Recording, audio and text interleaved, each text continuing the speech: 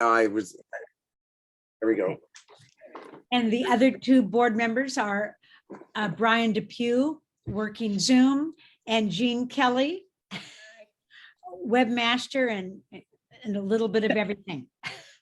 And we are looking for new board members, if anybody's out there who was interested in running for the West End, a seat on the West End Council. So welcome to our meeting. Let me see if I can see who's here, 12 people, but I'm not looking at everyone. But hopefully we have Councilman John Hines in the audience and all of our liaisons. So we're going to start by, I'm unclear on this. People just have to bear with me since I've taken over this chair position. We have the last official November minutes, but I don't have them up for everybody, but I could. So, but can we accept do we approve the minutes from November? Do I have to show them? Brian and I were discussing this. I make a motion that we approve November's meeting minutes. Do I have a second? I second you. Any discussion?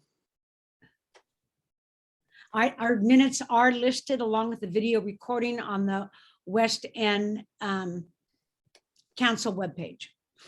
All right, thank you. Yeah, we still have to vote, actually. Oh, okay. Do I have, who's in favor of accepting the November 2021 minutes? Aye. Raise your hand, wait, thank you. I'll have to get better at that one. Any opposed? Anybody opposed? Thank you, Brian. Maybe you should be doing this. No. All right, the motion has been accepted. We'll accept those November minutes. All right, Brian, we'll start with the treasurer's report. I'd like to start the meeting with some good news. Okay, since our last meeting in November, we've had $15 in bank fees. We had a $2,000 deposit, or $2,000 deposit from a contribution from a private fund for it's kind of ancillary to the litter free 253, isn't it, Jean? To kind of continue with those. And so our current balance is $9,234. So we're tickled pink. We have that much money. All righty. And so I think we're going to go right here to our liaison reports. And we have Tony Pace from Tacoma Public Schools, who's going to go first, I believe. Tony, are you here? I did see her earlier, but we'll Can you hear me? Oh, yes, there you are. Yes. Sorry, it took me a few minutes to push the buttons. I understand. So good evening, everyone, and Happy New Year. It's great to be here with you. I just have a couple information items and then a little bit of a report of update on the construction of schools in your area. So I'll start with the levy.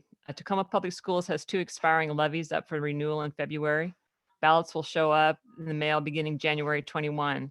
The Traditional Educational Programs and Operations Levy, EP&O for short, provides approximately 15% of the district's budget and funds the basics beyond what the state of Washington funds.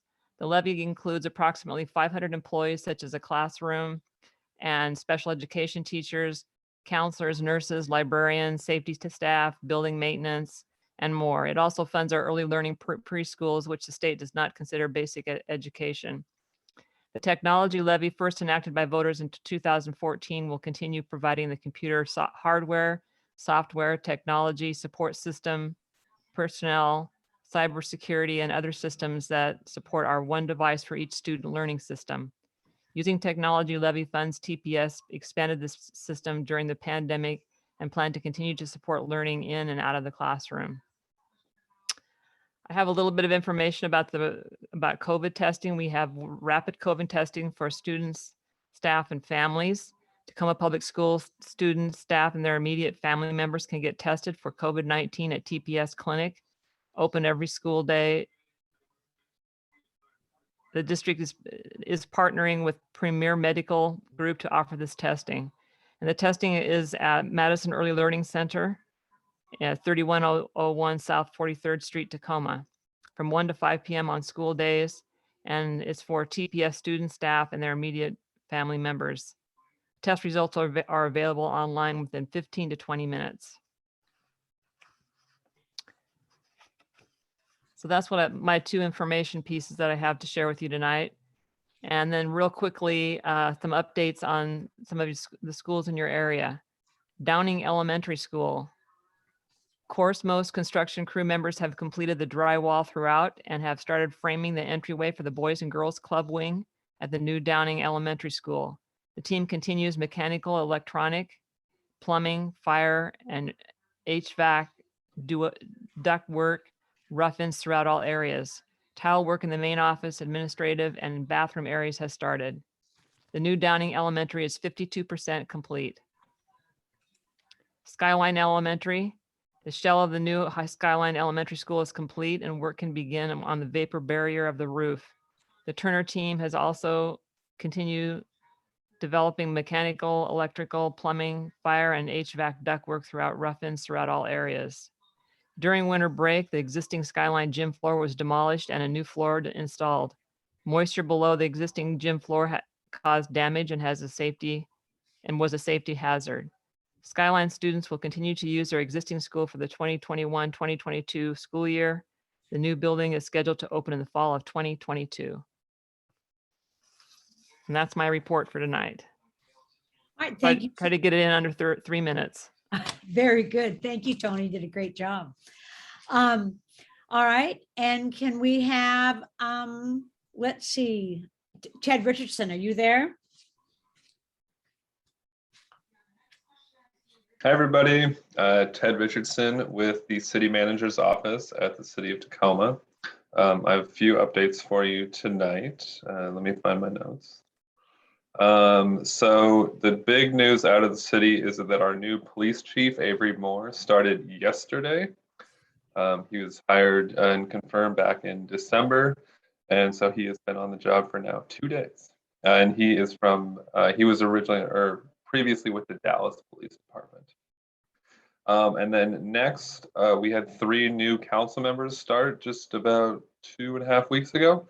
Kiara Daniels is the at-large new one of those 3. So she is also representing your district along with John Hines, the mayor, and the 2 other at-large council members. And then I have a number of opportunities to nominate people for awards or to serve on city commissions. And I'll go through those. And then Sherry, is it better if I put everything in the chat or send you an email? Send us an email, unless people Okay. want to see it. You can put it in the chat and we'll just copy it. Okay, okay. So the City of Destiny Awards, we're currently taking nominations. This is for anyone who is a living example of compassion in action, whose service is an example to all of us, who makes positive impacts on the community, especially when responding to a global pandemic. So I'll send out that nomination form. So if you know anyone in the community that really would be wonderful for the city to recognize as the City of Destiny Award winner, please do nominate them. And then we have 4 current boards or commissions that we're currently recruiting for. The Sustainable Tacoma Commission, so they work on our climate action plan and provide support for public involvement in sustainability issues. That's actually due tonight. Today's the last day, but the application is quite simple. So I would encourage anyone interested in sustainability and climate change to apply to that. The next is the Tacoma Community Redevelopment Authority, and they are a rather technical board, and they administer a lot of HUD funding to fund affordable housing projects in the city. That is due tomorrow. We're also seeking applicants for our Human Rights Commission. They study and investigate and mediate community issues that may result from discrimination on the basis of race and all other protected classes. That application is due on February 1st, so you have time. And then there's a Civil Service Board opening. You might have actually seen one of those positions on your ballot last fall, but this is a city manager appointed position. And so you can submit a letter of interest and resume by February 15th for this position on that Civil Service Board. And I'll send all that information as well. Thank you. That's all I got. but I'm happy to answer any questions. And if you could send me an email with that, that would be great. A little bit much for the chat. Yeah. Yeah, a little bit much. Thanks, Sherry. Uh-huh. All righty. I see Councilman Hines. Do you have anything, pearls of wisdom? No, I think Ted talked about most of the stuff that I probably would have brought up. There's a lot of opportunities to get involved, things like that. I'm trying to think if they're much of pertinent to what we were doing. I was writing my notes here. No, we had 3 new council members join the council in January. Councilmember Daniels, who's representing at large, Councilmember Rumbaugh, who's going to represent District 2, which is kind of the other half of the North End and Northeast Tacoma, and Councilmember Bushnell, who's representing District 5, which is the far kind of south end, Tacoma south of 56th Street. So that's it. That's been exciting. We did a lot of things at the end of last year as a council. So Home Tacoma Phase 1. Was the big one. I'm trying to think what else other things we kind of got through right there at the end. We worked on that. So it's kind of a quiet time for the council, at least right now. I am currently continuing, I guess for background for me, updates from my end. I am going to continue to be on the Government Performance and Finance Committee. So I'll kind of be handling that committee. I was just elected chair on Tuesday of that. And then I'm switching from the Community Vitality and Safety Committee onto the Infrastructure Planning and Sustainability Committee, which if you were following the Home Tacoma conversation, that was the committee that did a lot of work for that. My interest is really it's been around housing. And so I've transitioned into that committee. So I'll be kind of really working with that project as that is moving forward. I also got appointed to the board of Pierce Transit last Tuesday. So that's exciting to be part of that. So I can also answer your Pierce Transit related questions. Looking ahead, one thing that I'm excited about was that we sponsored a neighborhood planning pilot project for Proctor, which is not in the West End, but is one of the neighborhoods. It's a neighborhood community center. And I'm really excited about that. It's going to give kind of the community an opportunity to really get involved and engage with how that neighborhood turns out going forward. And I'm hoping it could be a model we can replicate in our other neighborhood centers, of which the West End has one, which is the kind of Narrows area, but we also have James Center. So I'm hoping that as this project goes through and is successful, we can look at other ways to maybe bring something like that to the West End in years ahead. I've always been really interested in that James Center.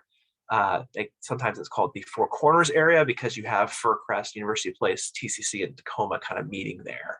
And that's always been an area I thought would be ripe for some further conversations. And that's something we have that is in the mix. Our last round of ARPA funding, I kind of asked a request about looking at that area more civilly. So more to come. I guess that I just would be able to answer more questions for you all if you'd like. I have a question. Can you Yes. explain for the audience the 3 at large? And I know that Mr. Richardson mentioned that, another one for the West End, because I would like to see if I understand the uses of the 3 at large council people.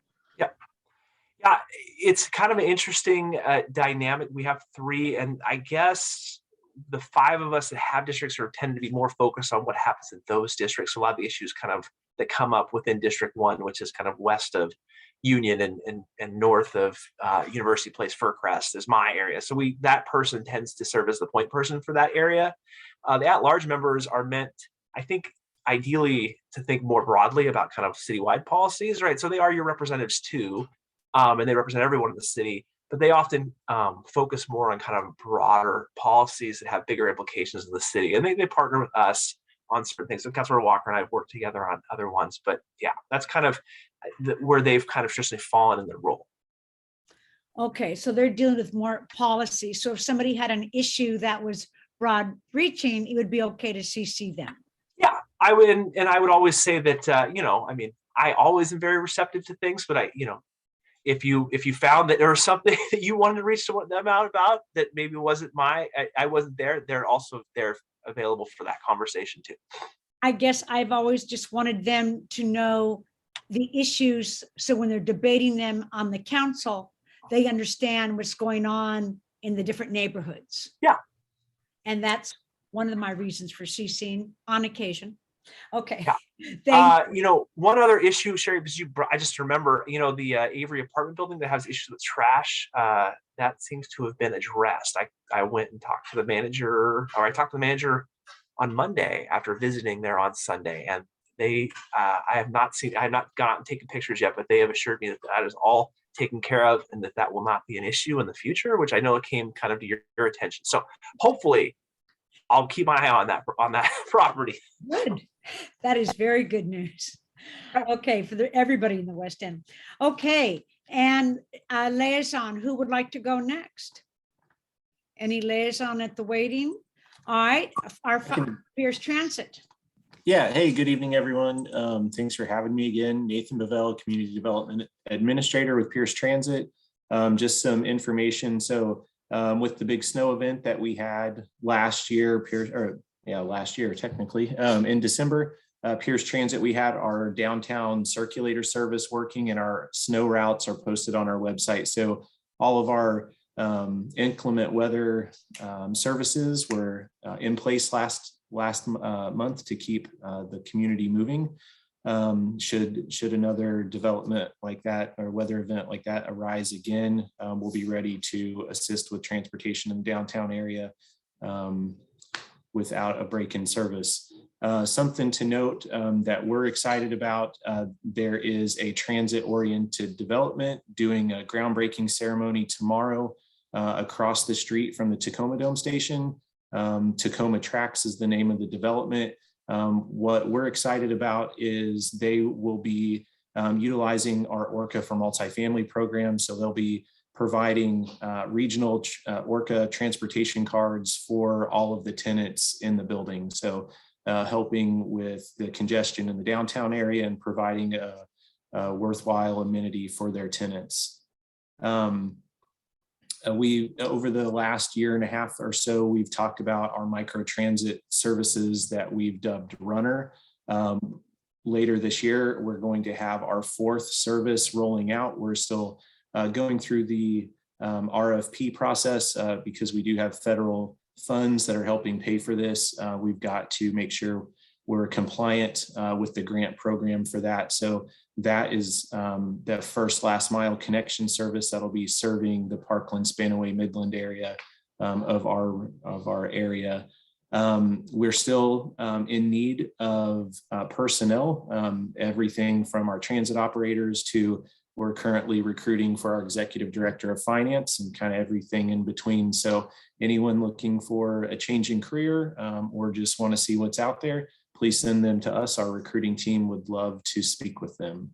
And with that, happy to take any questions.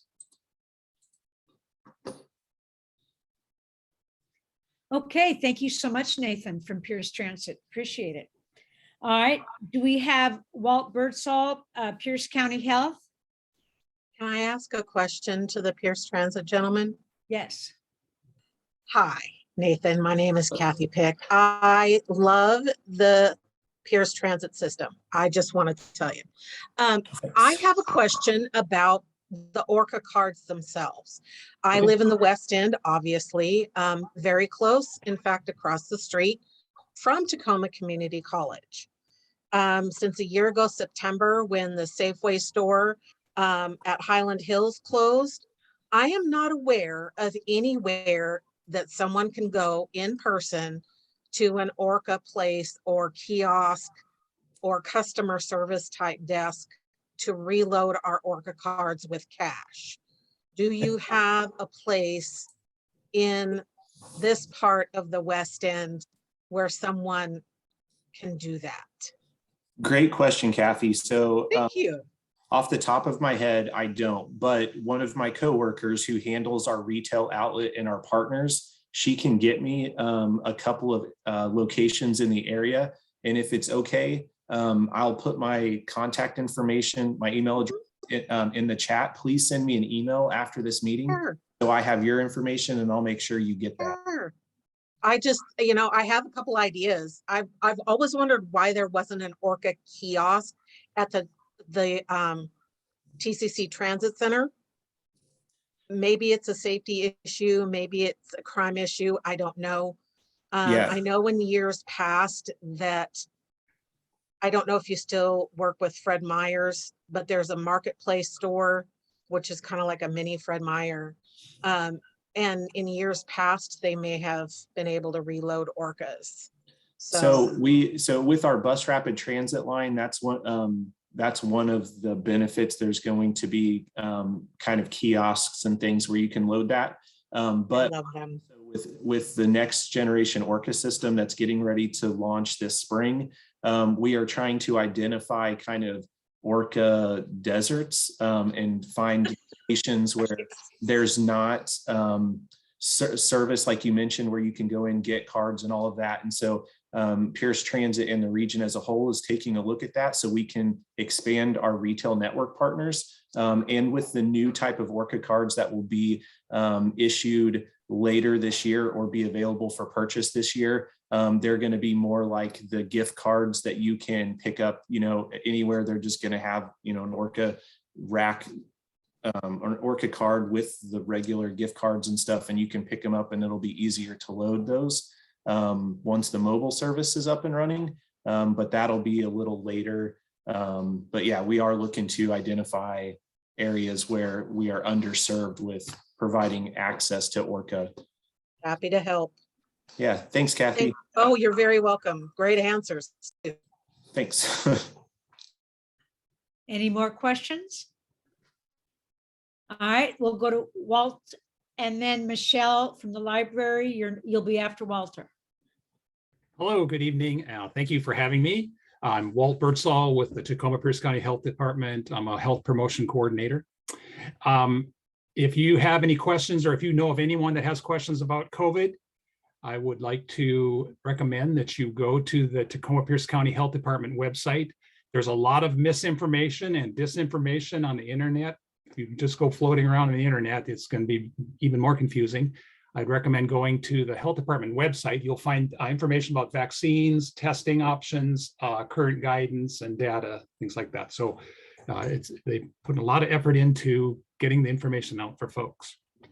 I'm also, of course, involved with the Dirt Alert program, which is the arsenic and lead left over from the old smelter. And it won't be long, believe it or not, that spring will be here and we'll be going back out in our yards and digging around and kids will be playing out in the yard. So just want you to be aware there might be a little bit of arsenic and lead out there. That also you can find on our website, information on that. And we do a free soil test if you want to have that done at your home.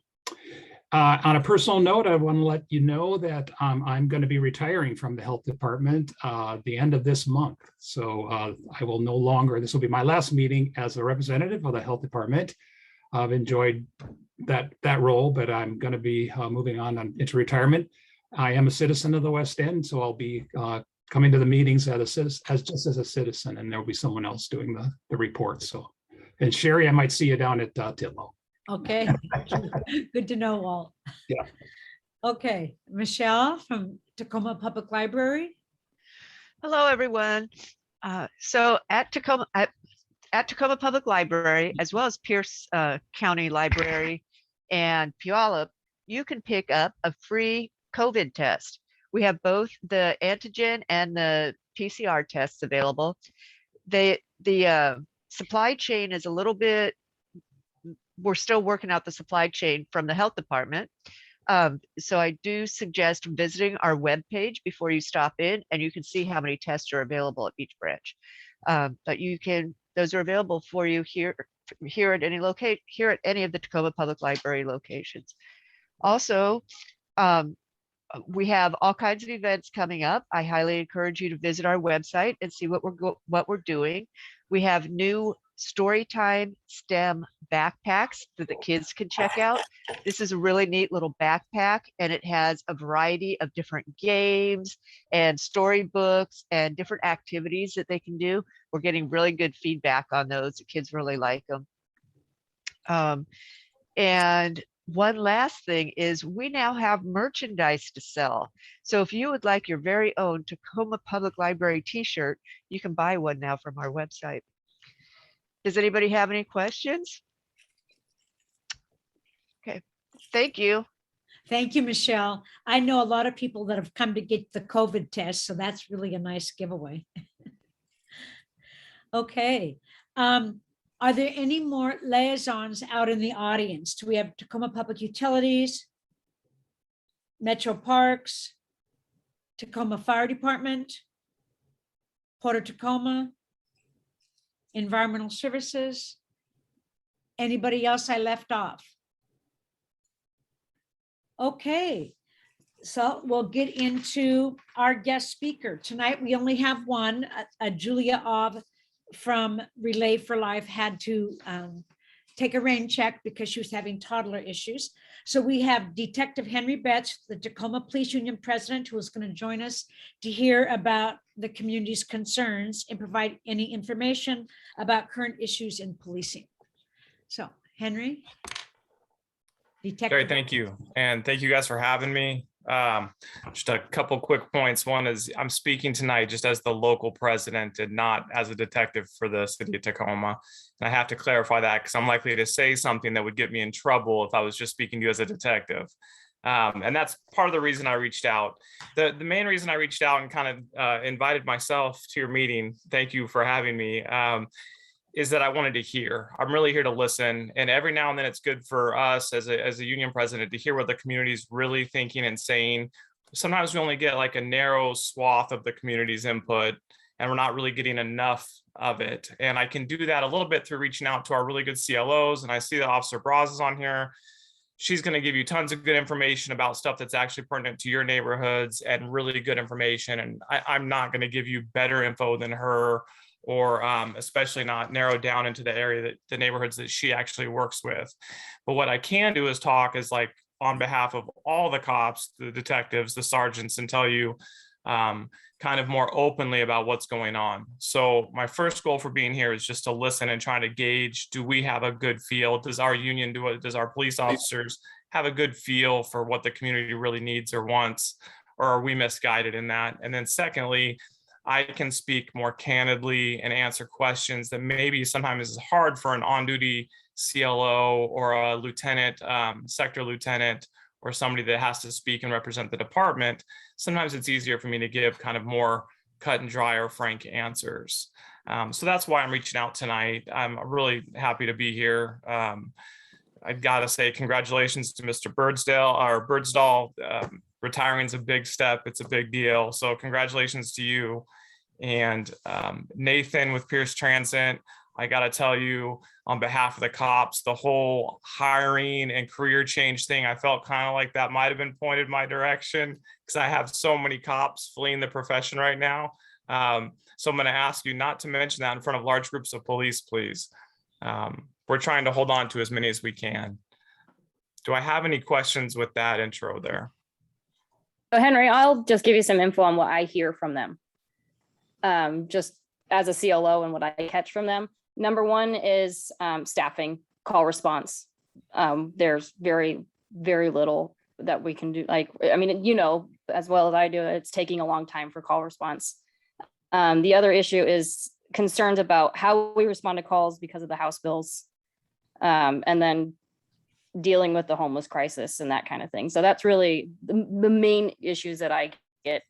And then racing and how we're handling the racers. But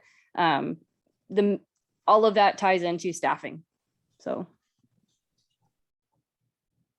Yeah, absolutely. I think in other meetings and with city council and with other different groups and stuff, and talking about the challenges we're facing and what our local is trying to accomplish or the challenges we're trying to overcome, and resource battle is always going to be at the top of the list. In the last full budget, we were cut by a substantial amount. It was 5.2 million just in staffing, but there were numerous other cuts. You're looking at 7 to 8 million out of the biennium budget that was cut from us. And we were defunded. Nobody wants to use that word because it's politically charged, but that's exactly what it was. And it has repercussions. While we cut that money from our budget, there were other places in the budget that were up-funded. And they were up funded in the amount, like in one particular area that's a hot button for me is 11 million that was up funded. So while we were facing a deficit because of COVID and we knew we had to tighten the belt, and we did tighten it in a lot of areas, some areas were given more money. And it was at a time that police were being defunded across the country and there was a real anti-police sentiment going on. And I understand that there's societal issues that need addressed, and I'm willing to talk about doing those things. But just the quick knife cutting of the budget has repercussions that take years and years to build back. And so we're facing that now, and we are down in staffing. We're down a dramatic amount. And because of how the hiring and academy times take, it takes a long time to make that up.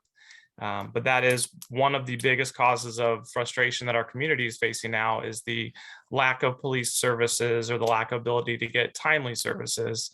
We know that. And believe me, the cops and your officers and your detectives hate it. We hate showing up to a call 2 hours late, and we're not met with hugs and handshakes when that happens. I can tell you that. We're met with a lot of people that are upset when we get there, and they want to know, why did we get here so late? And that's not good for us either. It doesn't make us happy. Almost everybody that signs up for this job signed up to be good at it. I didn't sign up to say I want to be bad at it. I'd like to give as least amount of service as I can. And so when we show up late or behind, or the guy got away, or we can't make the arrest or do our jobs, we feel frustrated too. But it really does come down to having resources and appropriate levels of staffing.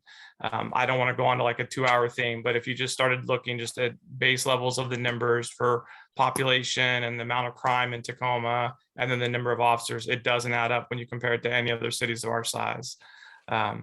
Beyond that, a couple of other challenges we're facing are a lack of support from the city in ways, and from leadership. So we have a new chief of police that just started, and I think that brings with it a lot of positivity and kind of like a fresh start kind of feel to it. And I know he's been really well received at the department, and a lot of people are excited to come back to work and have new leadership, and maybe it's a way to get some of that support back. I believe that the city hall and downtown are going to support the chief. They hired him and they chose him, and for good reason. He's got an excellent resume, and he's done a lot of good things in Dallas. And so I think that they'll be more open to supporting him, which will trickle down, and the officers and detectives will feel supported as well. So looking forward to that. That support is greatly needed. The third big thing that, and Anna hit on this a little bit, is the laws and the changes. And now we see that a lot of the people who put those laws into effect are now making changes and trying to walk back a lot of those changes. And so in this legislative session, we expect to see a lot of fixes, corrections, amendments to the bills that caused a lot of the hesitation to police. And we'll get that corrected, but unfortunately for the community and for the cops, a lot of these things have a time frame to fix. So we make a mistake, we recognize the mistake, we fix the mistake, but then it takes us time to build back and fix all that stuff. It's not just done overnight, and we'll have to work through that, and that's going to take patience on everybody's end. But I know the cops understand the problem, and once the laws are changed, we're pretty quick at changing with the laws. That's something we deal with often. So if if a law changes on theft or anything else, we get those updates and we change. And so when these laws change, we'll be able to update pretty quickly and move back into a more normal amount of policing, or the norm methods, I should say. That's a lot. I talk a lot. I apologize. Why don't I take a pause here and see if I have any questions? I have a question on that one. So I think those laws that you've been working under this past year came online in last July. Yeah, there's some different timestamps on different ones. So some of them went into effect July 22nd, most of them, but there was a couple that were not starting until January of 22, so just went into effect. So depending on which one you're talking about, some of them had different effective dates, but by and large, most were by July. Was it House Bill 1054 that caused the most consternation with the cops and probably with everybody? Probably not. 1054 was tough because it took away our 40 mils, the less lethal bean bags, and tried to restrict some of the equipment, I believe. But 1310 is the one that really had probably the most concern for cops. And 1310 dealt with use of force and basically restricting the ability to use force to detain people. It made use of force only after you establish probable cause or for an escape or other things. And it just really changed how we do business. And it was a drastic change. So do you anticipate that being it? So when did that go into effect? Was that July? And does it take a year for the changes to be noted? Nope. So that one did go into effect in July, and we adjusted. But the difference there of being able to use force in order to detain somebody or having to establish probable cause first is a drastic change to how we police. Usually the old method is we can use reasonable suspicion to detain somebody and then sort out exactly what happened. So if I get a 911 call and there's some crime, I can respond there. And then if I think somebody, for articulable reasons, I think they're involved in it, I can have them sit on the curb for a minute while I sort it out. Now, if I tell that guy to sit on the curb and he says, no, I'm going to walk away, I have to let him walk away. Unless I can establish probable cause to arrest him right now, he gets to walk. Before, if I had to, I could cuff him, sit him on the curb, and then sort out what I had. And that was a huge change. The good news is that if they do make a change to that and they bring back the ability to detain on reasonable suspicion, I can, that change will go in effect. They can make it, if they write the law this way and it's passed this way, where it can take effect as soon as the governor signs it. But it depends. The changes to the laws, there's a lot of different versions out there right now. And it really depends on which version gets passed. Okay, I just asked that because crime, I mean, just the residents hear about it, you know, it was really bad right before Christmas and during Christmas. I think it's died down a little bit, though you still hear about a stolen car every day. And then our grocery store, Fred Meyer's at 19th and James Center, they had 3 armed robberies. And that was just kind of like unheard of. Yeah, and I think right after they created statistics, they created the book on how to lie with statistics. So I'm always hesitant about statistics, but I'll tell you, 2019, we were already seeing a pretty big uptick in violent crime. So we'll talk just about shootings. But in 2019, we talk about shootings, drive-by shootings, ag assaults with a firearm, and we exclude DVs from that, separate issue there. We had roughly like 250 in the city of Tacoma in 2019. In 2020, we had about 350-ish, basically. We added to it by about 100. But in 2021, we're looking at 563. So in those 2 or 3 years, we're almost doubling those numbers. And when you start looking at that, that doesn't include the number of times we have shots fired where it doesn't even get called in, or shots fired that are worksheeted and they're not written up as a shooting. It's just could be fireworks or could be shots. And I think it's going to be worse before it gets better. That's the sad state we're in. Okay. Questions for Detective Betts?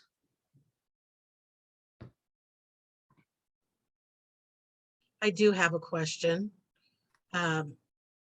So here's where my interest in the community and my interest as a parent absolutely collide.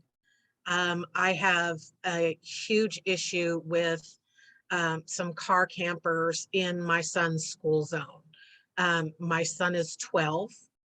He is a 6th grader at the brand new Hunt Middle School. Yay, TPS. Gorgeous school.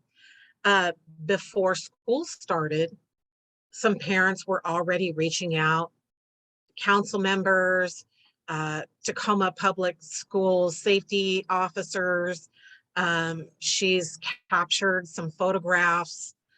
This is along 10th Street. These car campers are in the school zone.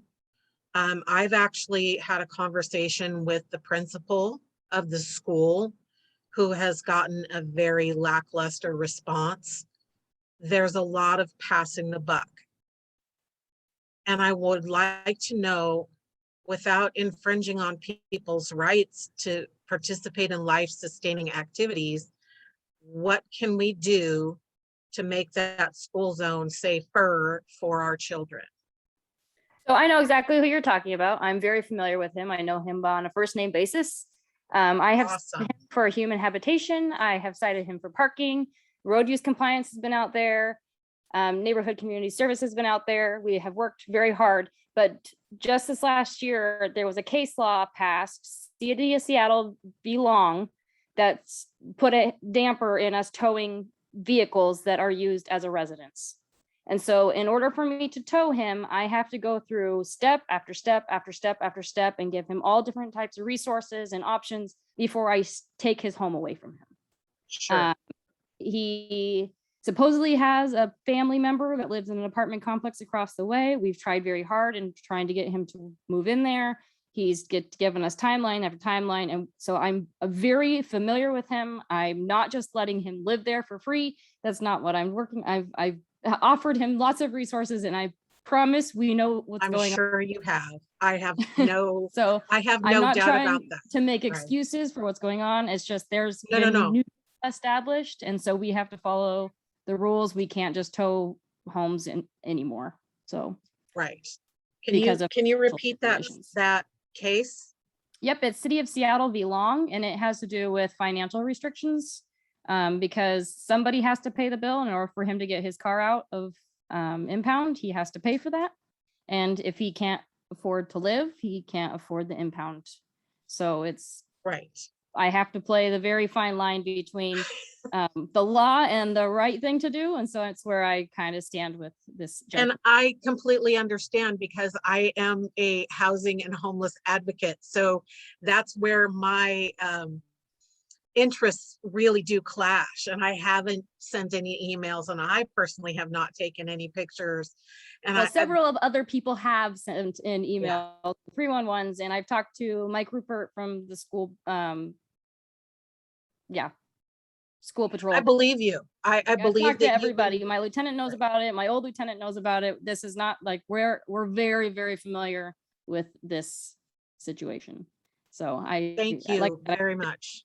We're trying. I appreciate that. Yeah, I really do.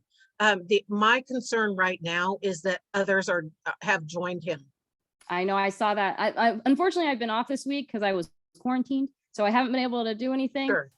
But and then I know school was just back in session last week, and we've gotten some complaints for speeding at other schools, so we've been trying to hammer that out. There's only 2 of us liaisons for the 2 sector now. There used to be 4, so we're trying to do the best we can with the resources we have. So I should be back to work next week, and I will make sure I go visit all of them. And I know Road Use Compliance is also familiar with that area, and they've been trying to talk to them as well. Thank you for making a personal approach to the gentleman. Like I said, I don't want to infringe on anybody's right to sustain their life, but he's been there a really, really long time. Since last August. Yes. Or July, before school even started. I recall observing him there when we did the jump start, the middle school jump start, which was August of last year. Yeah. So I've known him since August, or at least when he moved in. So now here's my follow-up question to you. What resources do you need to be able to help him? Do we need more safe sites for car campers? What do we need to help this? We have nowhere to gentleman? send people to camp for car camping. I mean, the homeless outreach team might have more options, but unfortunately as a CLO, we don't have that. We don't have anywhere to send anybody for car camping. And they've renamed the hot team. NCS has been out there. Something else. Is that? Go ahead. They renamed the hot team. Talked to them a couple of times. Yeah, the hot team, the homeless outreach team. But they work hand in hand with NCS. Great information. Thank you. I appreciate that response more than you know. Thank you. You're welcome. Okay, any other questions for our police officers? Kathy, do you know what a CLO is? Oh, you probably do if you're with homeless advocacy. You know, I'm just taking notes and learning every day. So go ahead and fill me in. Community liaison officer. And we have, now I know, 2 for the District 1, John Hines. Is that your district, Anna? District 1? So I don't know the districts necessarily how it falls for us, but I'm in the 2 sector for like the different sector. We have 4 different sectors in Tacoma, and myself and Mike Johnson, the other CLO, are the 2 sector CLOs. Yeah, Sector 2 is bigger than District 1. Sector 2 Thank runs you. all the way to downtown, like to where the school district central administration building is, Wright Park, all the way kind of back to the west end. And then it also picks up that area kind of south of Cheney Stadium. I'm not correct, Anna, right? Yes, I cover Cheney as well. Yeah. So for my ride along that I did a few months ago, I drove the whole thing. So Yeah. yes, so it's it's bigger. a big sector. It's the biggest one if you don't count Northeast in the 1 sector. I didn't know Thank that. you. And you are right, they did rename the hot team, but a name, and it rose by another name was Smell is Sweet, right? It's now called the Homeless Engagement Alternatives Liaisons, the HEAL team. I guess I've always had trouble with the hot team because it's the homeless outreach team, right? Like for the school district, we have the DART team, which is the data analysis research team, right? So it's the HEAL, the homeless engagement, when I just read it off my email. That's good information. I've been sitting in on the Coalition to End Homelessness, their weekly briefings. I was at the last CVS meeting. And I was wondering if maybe, I'm sorry, if anybody else has any questions, just jump right in here. But I was wondering if either of our police officer representatives here have any thoughts about the proposed camping ban. The reason why I'm asking you directly is because this ordinance makes you the enforcement arm that would be arresting people who are homeless and taking them directly to jail. There's no provision in this ordinance for treatment or of any kind, not substance abuse, not behavioral health. So I was wondering what your thoughts were on banning camping in public spaces. So I can talk on that a little bit. I understand that this new ordinance is trying to go in effect, and I feel like that would be, as a whole city, and what we're looking at would be a very last minute or last resort enforcement. I mean, I could see them sending out all of our resources, service, anything we have and offering. And these are the people who just absolutely refuse to move. That's where this ordinance would fall in, is as from everything I've learned and known about the city the last 5.5 years that I've worked here, that's what I can assume would be the how we handle the ordinance. Also, with the new House bill, that kind of puts a little bit of, and our use of force thing, that kind of puts a little bit of damper on when we can use force on people. And if we just start using force on people who don't want to move from where they've been living, that kind of doesn't fit with the governmental interest, which is how the House bill is written. And then also the jails with COVID, they have not been taking anything under felony level for the longest time. So we're just going to put them in handcuffs and move them to where? You know, and so we kind of have to weigh all these options before. So yes, this ordinance would work if we had the backing from all of these other places. That's just from what I've seen as a patrol officer and now as a CLO. What Thank would you you for those answers. That's wonderful.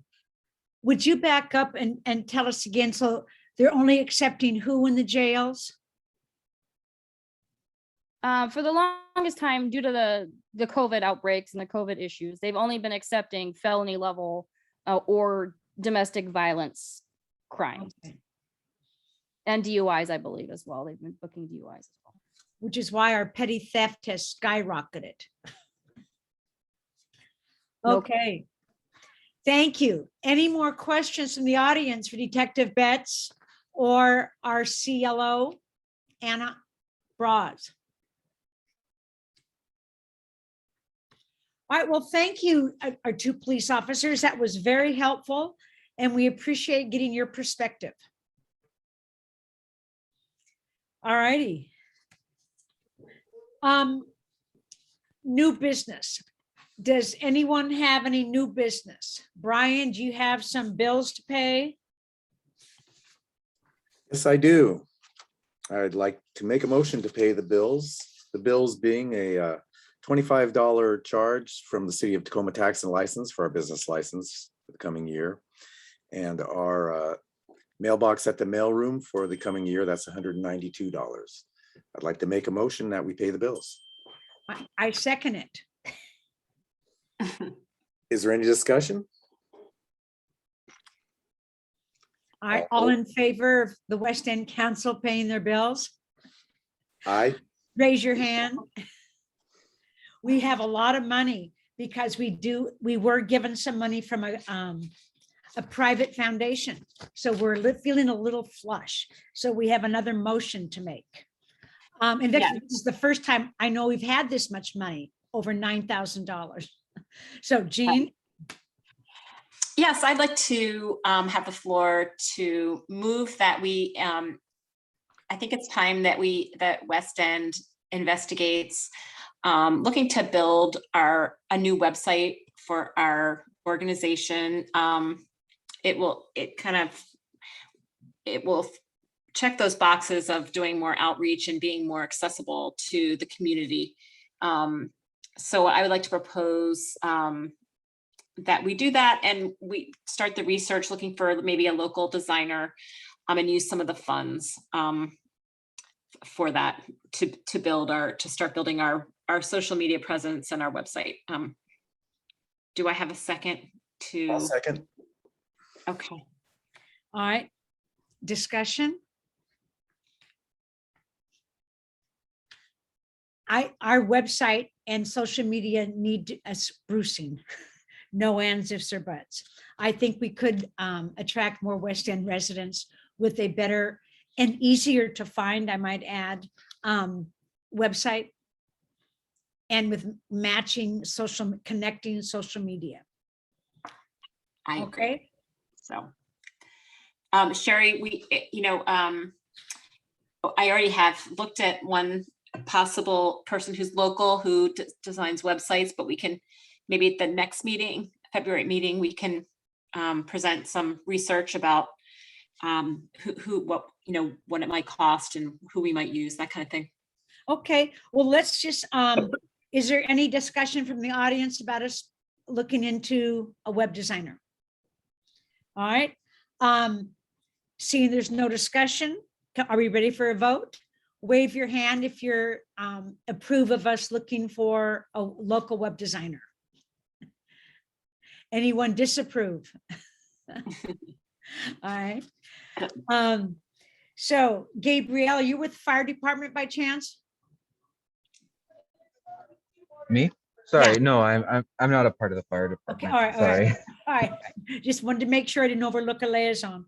Okay, all right, it's not that motion, Jean, has been passed. We're going to look for a local designer to make a new website for us with some social media. All right.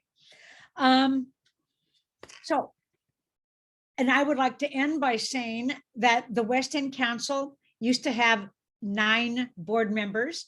Through the pandemic and people's changes, we now are down to 3. We would love to have more West End residents or business owners join us on the council. And if you're interested, please contact us through Facebook or a webpage, or let us know tonight, put it in the chat box. You wouldn't have to join immediately, but we are looking for people to help us run the West End board. So any other comments or new business for tonight? I really appreciate seeing some new faces in the audience. That's very nice. Thank you to our liaisons who showed up. And if nothing else, we'll close the meeting out. Thank you, Detective Betts. Appreciate you coming. All righty. All right, and that ends